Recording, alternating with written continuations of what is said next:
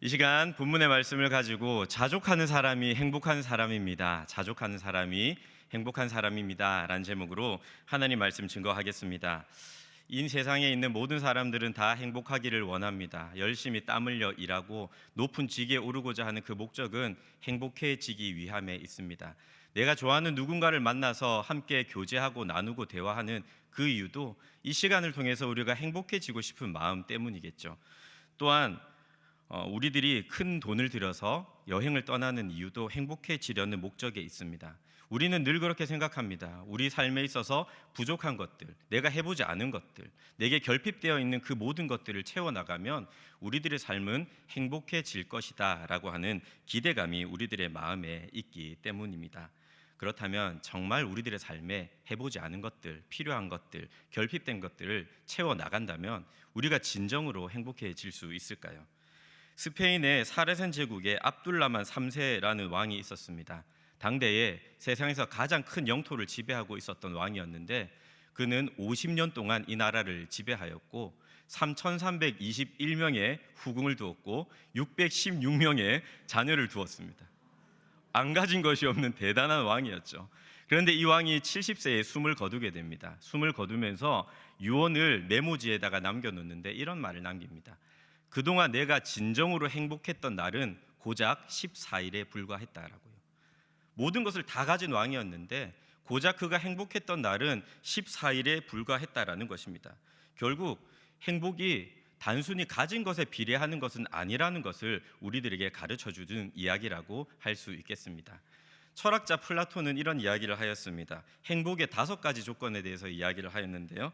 첫째로 그가 말하는 행복의 조건은 먹고 살기에 조금은 부족한 듯한 재산입니다. 두 번째는 모든 사람이 칭찬하기엔 조금 부족한 외모입니다. 세 번째는 자신이 생각하기에 절반만 인정받는 명예입니다. 네 번째는 남과 겨루었을 때 한 사람에게는 이기지만 두 사람에게는 이기지 못하는 힘입니다. 다섯 번째, 연설할 때 청중의 절반 정도만 박수를 보내는 말솜씨입니다. 이 기준으로 봤을 때 여러분 행복하십니까? 행복하지 않으십니까? 아마 이 정도면 나도 제법 행복한데 라는 생각을 가지셨을 것입니다. 이 철학자 플라톤은 말하기를요, 절반 정도는 비어있는 이 헐렁한 상태에 있을 때 사람이 행복하다라고 주장을 한 것입니다. 그렇다면 성경은 과연 우리들에게 무엇이라고 말씀합니까? 어떤 인생이 그리고 또 어떻게 살아가는 것이 진정으로 행복한 인생이라고 우리들에게 알려줍니까? 오늘 설교 제목처럼 성경은요, 우리가 그리스도 안에서 자족할 때 진정으로 행복할 수 있다라고 우리들에게 가르쳐주고 있습니다. 우리가 읽은 이 본문의 말씀인 디모데전서 말씀은요, 사도 바울이 디모데에게 에베소 교회에서 이렇게 목회를 해야 된다라면서 목회 지침을 알려준 말씀입니다. 그 가운데 사도 바울이 지금 오늘 본문의 말씀을 통해서 강조하고 있는 내용이 무엇이냐면 자족하는 마음을 가져야 한다라는 것입니다. 자족하는 마음이 목회에 있어서도 신앙생활에 있어서도 너무나도 중요하다라는 것입니다. 왜냐하면 디모데가 목회했던 이 에베소라는 도시는요, 세상의 가치와 하나님의 진리가 끊임없이 격전을 벌이는 영적 전쟁의 현장이었기 때문입니다. 그 가운데서 디모데와 그리고 에베소 교인들에게 필요한 것은 무엇입니까? 그들이 자족하면서 세상 사람들이 이것이 좋다, 이것을 따라야 한다라고 주장할 때 아니다, 우리는 그리스도 예수를 믿고 섬기는 것이 더 가치 있고 고상하고 행복한 것이다라는 것을 그들의 마음과 입술과 삶을 통해서 온전히 보여줄 수 있어야 했습니다. 그런즉 사도 바울은 디모데에게 끊임없이 자족하는 마음이 중요하다라는 것을 빌립보서와 그리고 디모데전서 6장 말씀에서 강조하고 있는 것입니다. 우리는 자족하는 만큼 행복해질 수 있습니다. 특별히 우리들의 신앙생활은 우리가 자족하고 만족하고 감사하는 만큼 행복해지고 세상 목소리에 흔들리지 않을 수가 있다는 것을 우리는 기억해야 합니다. 그렇다면 우리는 오늘 본문의 말씀을 통해서 자족하는 마음을 우리 마음 가운데 깊이 새길 수 있기를 소망합니다. 첫 번째로 오늘 본문의 말씀은 탐욕을 따르는 사람들의 불행에 대해서 우리들에게 말씀을 해주고 있습니다. 탐욕을 따르는 사람들의 불행에 대해서 말씀해주고 있습니다.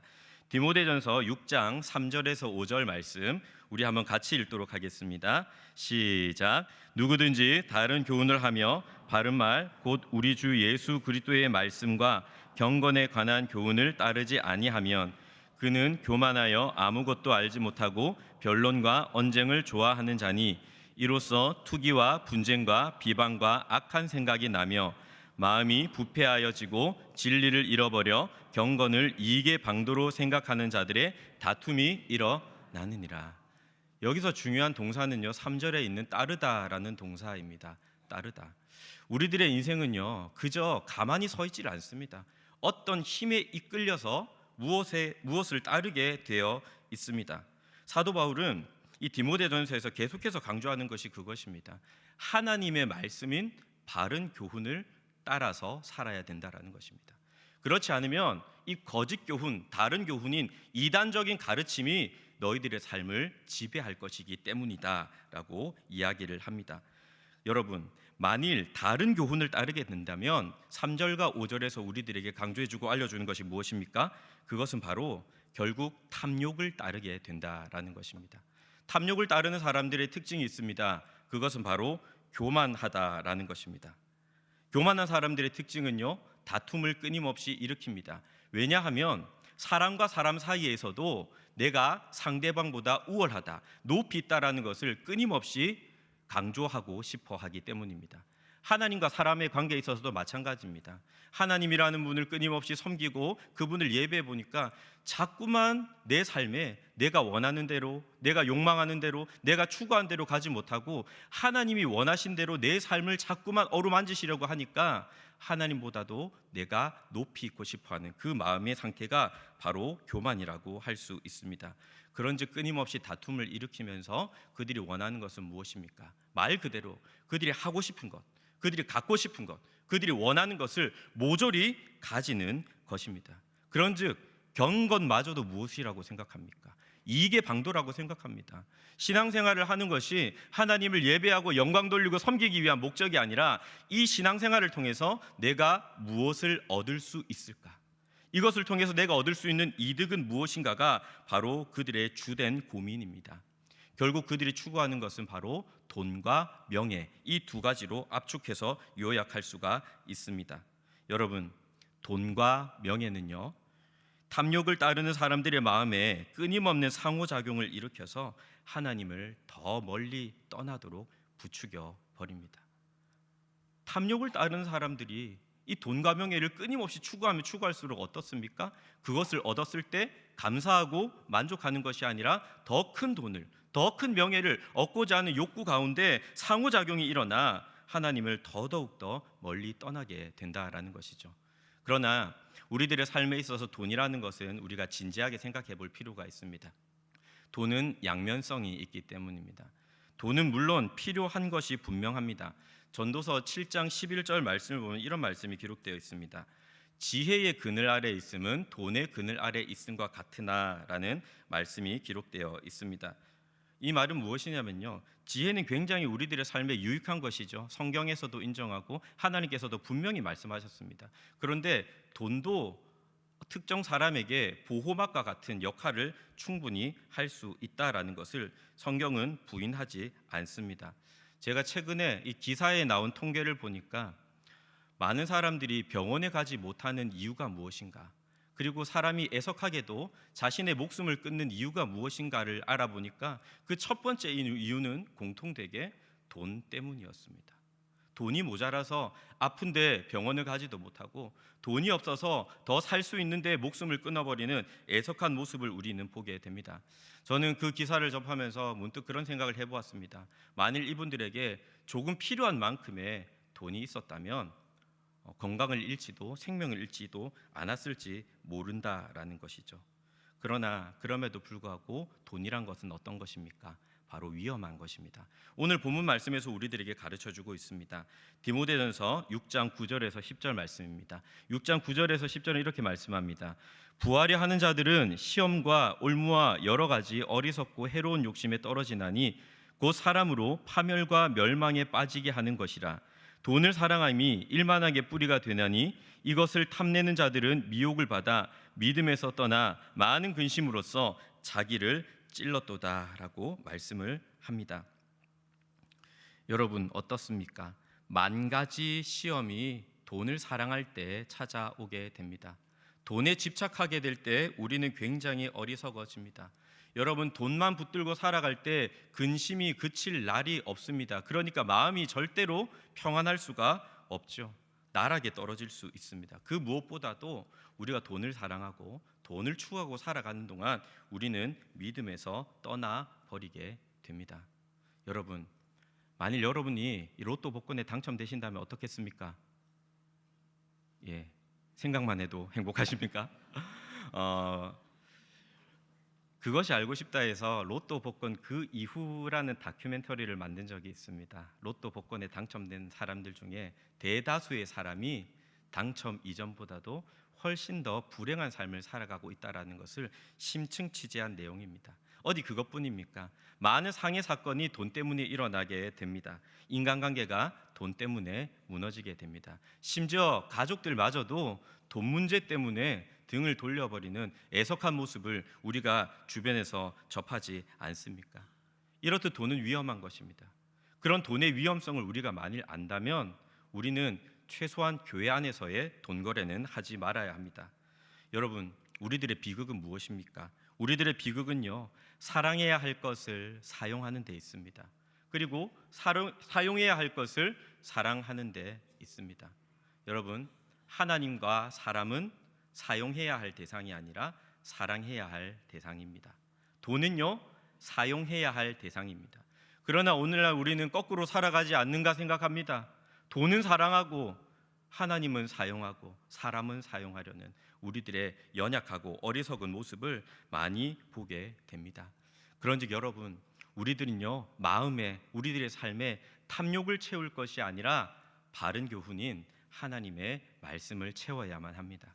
우리들의 마음은요, 빈 공간을 허락하지 않습니다. 우리가 마음 가운데 하나님의 말씀을 가득 채우지 않으면 그 자리는 필경 탐욕이 채우게 되어 있습니다.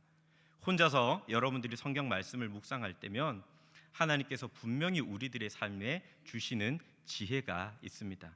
이 말씀 나 혼자 묵상하지 않고 묵상한 말씀 구역원들과 동역자들과 함께 나누며 나아갈 때 세상에서는 절대로 경험해 보지 못할 기쁨이 우리 안에 있습니다.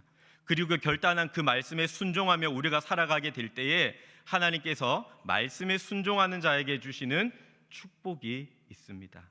이처럼 우리들의 삶을, 우리들의 심령을 하나님의 말씀으로 가득 채울 때 여러분, 우리들의 삶에는 은혜가 있는 줄로 믿습니다. 그런즉 하나님의 말씀을 우리를요, 불행에서 벗어나도록 만들어줍니다. 무지했던 우리를 지혜롭게 하고요, 기쁨이 없었던 우리들에게 기쁨을 허락하여 주고요, 늘 가능성만 쫓고 살아갔던 우리들에게 하늘의 축복을 내려주면서 우리들의 모든 불행을 몰아내는 줄로 믿습니다. 두 번째로 오늘 본문의 말씀은 자족하는 마음의 중요성에 대해서 우리들에게 말씀하고 있습니다. 오늘 본문 6절에서 8절 말씀입니다. 6절에서 8절 말씀을 한번 같이 읽도록 하겠습니다. 시작. 그러나 자족하는 마음이 있으면 경건은 큰 이익이 되느니라. 우리가 세상에 아무것도 가지고 온 것이 없음에 또한 아무것도 가지고 가지 못하리니 우리가 먹을 것과 입을 것이 있은즉 족한 줄로 알 것이니라. 아멘. 여러분, 자족하는 마음이 있을 때요, 경건은 제대로 작동하게 되어 있습니다. 우리들의 마음이 자족하고 있을 때 우리는 하나님을 제대로 섬길 수가 있는 것입니다. 자족이라는 것은 저절로 생기지 않습니다. 이 자족이라는 것은요, 연습과 훈련이 반드시 필요합니다. 이 존 메가도 목사님이 쓴 자족 연습이라고 하는 책이 있습니다. 이 책에서 존 메가도 목사님이 이런 이야기를 합니다. 자족은 저절로 생기는 것이 아니라 연습과 훈련을 통해 개발해야 하는 태도입니다. 우리는 매일의 삶 속에서 하나님을 의지하고 그분의 공급하심에 감사하는 연습을 해야 합니다. 날마다 하나님을 의지하고 하나님께서 채워주신 것에 감사하는 연습을 해야 된다라고 이야기를 합니다.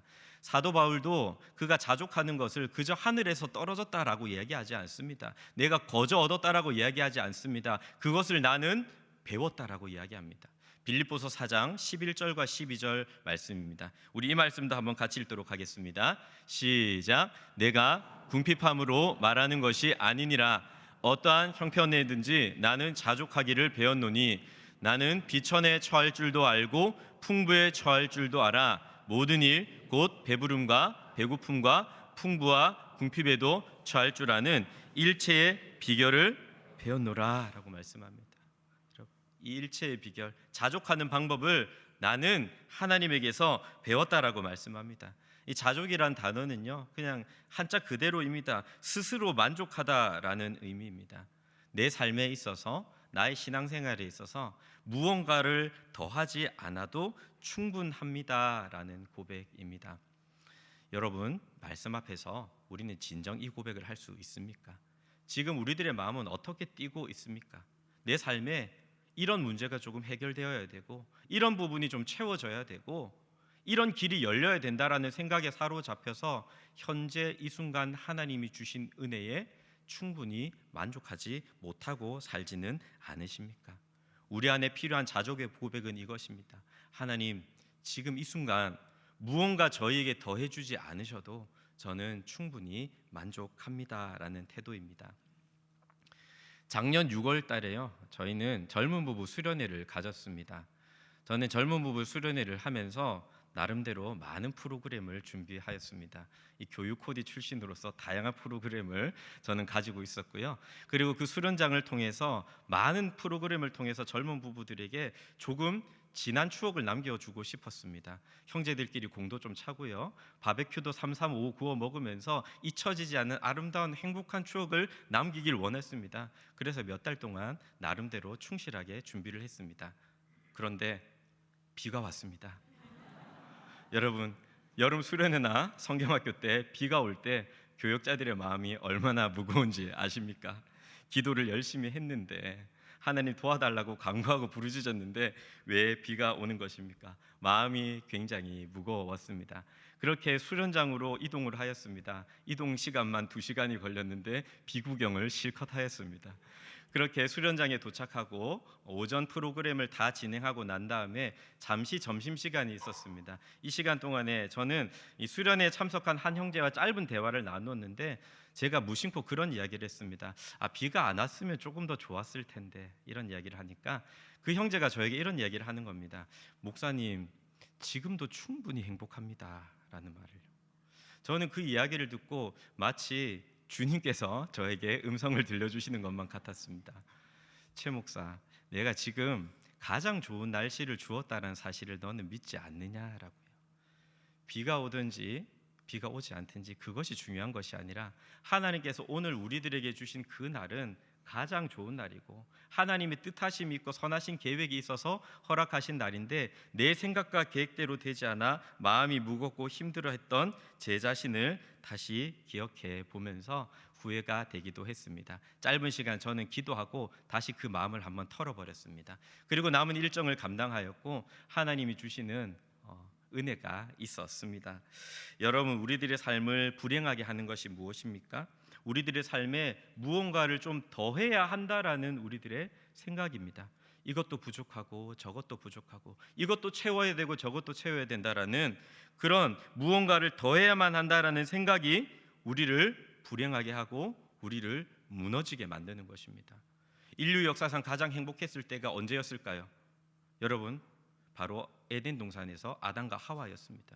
그때는요, 영적으로나 육적으로나 아무런 부족함이 없습니다. 하나님께서 정말 꽉 채워주셨거든요. 그런데 사단이 아담과 하와의 마음 가운데 부추겼던 마음이 무엇입니까? 그들이 가지고 있지 않았던 유일한 것 한 가지, 없는 것 한 가지에 집중하게 만들었습니다. 결국 그들은 선악과를 먹었고 하나님의 법에 불순종하여서 가장 불행한 모습을 보게 되는 것을 우리는 너무나도 잘 알고 있습니다. 사랑하는 여러분, 우리들의 삶에 지금도 무언가를 더해야 한다고 생각하십니까? 아니면 하나님 지금 내게 주신 은혜만으로도 충분합니다라는 우리들의 고백이 있습니까? 여러분, 그런즉 우리들에게 자족하는 마음이 얼마나 필요하고도 중요한지 모릅니다. 자족하는 마음이 있으면은요, 우리들의 신앙생활이 달라집니다. 왜냐하면 자족하는 마음이 없을 때 우리는 언제 하나님이 나를 사랑한다고 느낍니까? 뭔가 하나님께서 커다란 문제를 해결해 주셨을 때, 하나님께서 뭔가 내가 생각하지도 못한 선물을 주셨을 때, 좋은 일이 우리들의 삶에 연속적으로 일어났을 그때에 우리는 하나님이 나를 정말 사랑하시는구나라고 생각하지만 그런 일이 일어나지 않으면요, 우리는 하나님 나를 사랑하신다라는 믿음과 생각을 하지 못합니다. 그러나 자족할 때는 어떻습니까? 여러분, 비가 오든 비가 오지 않든, 선물이 있든 선물이 없든 날마다 주님이 나를 사랑하신다라는 사실을 우리는 느끼며 고백합니다. 그래서 우리들의 신앙생활 가운데 뭐가 차고 넘칩니까? 감사가 차고 넘치죠. 이 감사로 말미암은 찬양이 우리들의 입술을 떠나지 않게 되죠. 또한 그로 말미암아 우리들의 마음에 세상이 줄 수 없는 기쁨과 평안이 가득하게 충만하게 채워지는 것입니다. 이런 고백을 할 수 있습니다. 높은 산이 거친 들이 초막이나 궁궐이나 내 주 예수 모신 곳이 그 어디나 하늘나라. 어느 곳에 있을지라도, 어떤 상황이 있을지라도 주님 모시고 있기에 우리가 기쁘고 행복한 겁니다. 그런데 이런 생각을 하시는 분들도 분명히 계실 것입니다. 그럼에도 불구하고 우리들의 삶은 너무 연약하고 너무 초라해요. 다른 사람들과 비교했을 때, 객관적으로 보았을 때도 너무 내세울 것이 없습니다라는 고백이요. 여러분, 사도 바울도 그랬습니다. 그에게는 육체의 가시가 있었습니다. 대사도인 그가 사역을 감당하려면 몸도 좀 건강하고 외모도 좋고 발성도 좋고 말도 잘해서 사역을 아주 열심히 잘 치고 나갔어야죠.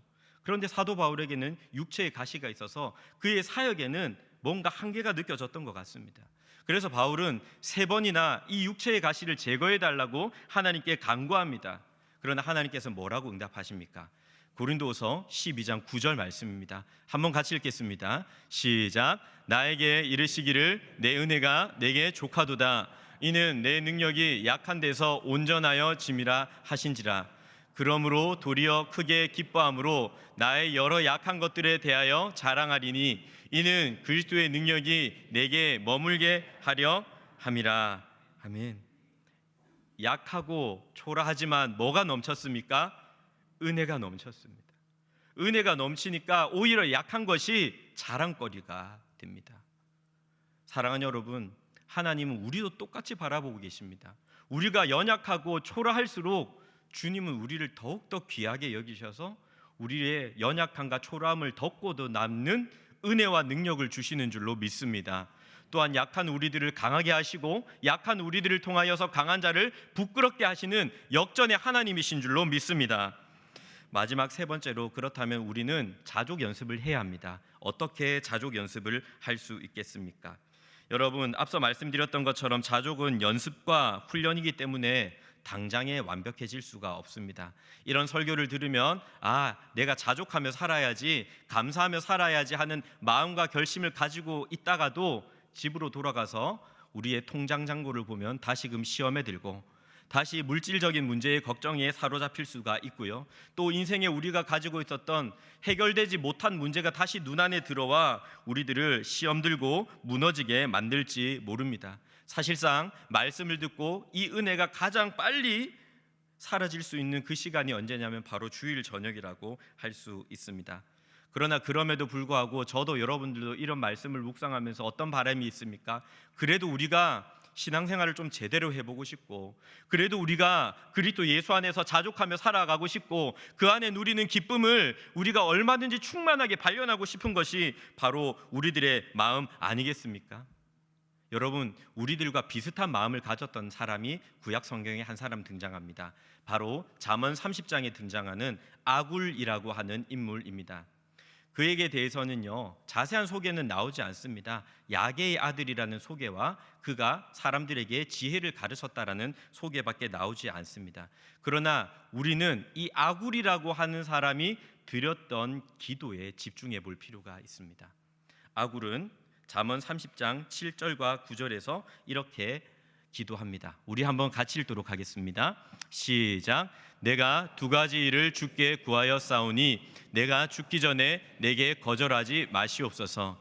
곧 헛된 것과 거짓말을 내게서 멀리 하옵시며 나를 가난하게도 마옵시고 부하게도 마옵시고 오직 필요한 양식으로 나를 먹이시옵소서. 혹 내가 배불러서 하나님을 모른다 여호와가 누구냐 할까 하오며 혹 내가 가난하여 도둑질하고 내 하나님의 이름을 욕되게 할까 두려워함이니이다. 지금 아굴이 드리고 있는 기도는 크게 두 가지입니다. 하나님, 정직하게 살기를 원합니다. 두 번째로는 하나님, 자족하며 살기를 원합니다라는 겁니다. 저는 특별히 이 말씀 묵상하면서 두 번째 기도가 너무나도 마음에 와 닿았습니다. 왜냐하면 지금 아굴이 하나님께 올려드리고 있는 기도는 우리들의 기도와 너무나도 닮았기 때문입니다. 사실 저와 여러분들 중에 하나님 막상 부자 되게 해주세요, 도와주세요 이런 분들이 얼마나 계시겠습니까? 그러나 우리들의 삶에 필요한 것이 있다 보니 그것도 구해야 되겠고, 그러나 너무 교만하기는 원하지 않기 때문에 하나님 자족하는 마음 주십시오 하고 우리가 기도하는 것 아니겠습니까? 아굴의 기도는요, 솔직하면서도 경건한 기도입니다.